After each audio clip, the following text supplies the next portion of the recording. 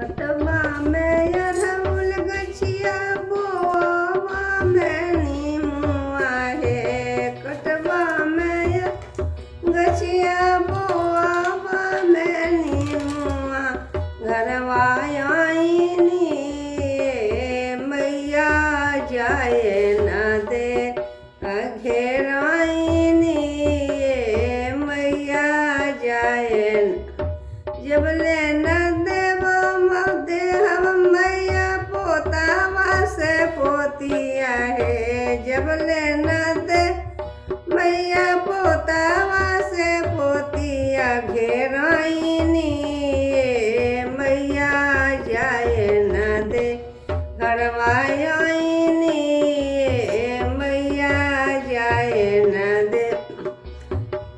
कटवा में अरहुल गछिया बोवा में नीमुआ हे।